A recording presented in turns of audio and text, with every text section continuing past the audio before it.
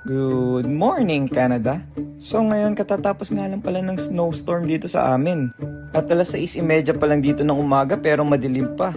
So yun na nga, paglabas ko ng bahay, shucks! Ang taas ng yelo.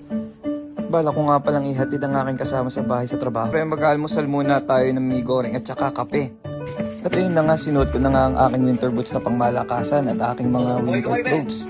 Talaga mapapalaban tayo sa taas ng snow sa labat. At ngayon, papakita ko sa inyo si Akla na kumakaldag-kaldag pa. O sige, kaldag mo pa, bebe. So yun na nga, pagkita ko sa labas, wow, ang taas na yelo. Sabi ko, tatalon ako. Tumalon na nga ako. Naingit pa si Akla, nagbato-bato pa ng yelo. Ayun na nga yung malaking truck na naglilinis ng kalsada dito sa amin. At nung gabi pa lang, nag-snowstorm dito sa amin, kinontrato ko na kagad si Bakla. Sabi ko sa kanya, siya maglilinis ng sasakyan kasi pagmamaneho ko siya. Tumakit pa nga ang Bakla. Sabi ko sa kanya, linisin naman yung windshield kasi malilate na siya. So habang naglilinis si Akla ng sasakyan, ako naman ito, nagpapala ng aming driveway. Sobrang taas at hindi ko talaga kaya nagpatulong na ako sa kanya. Ayan, binilisan na nga namin. At sumakay na nga ang aming prinsesa. Ayan, pag napagod siya. Pinahiram nga pala kami ng sasakyan ng aming amo. Kwento-kwento pa ako dyan. Sabi ko sa kanya, baka maliit ka na. Tinan mo naman ang daan dito sa amin. Sobrang taas talaga ng yelo.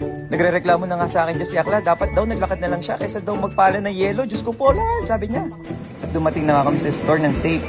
Yun lang. Bye-bye.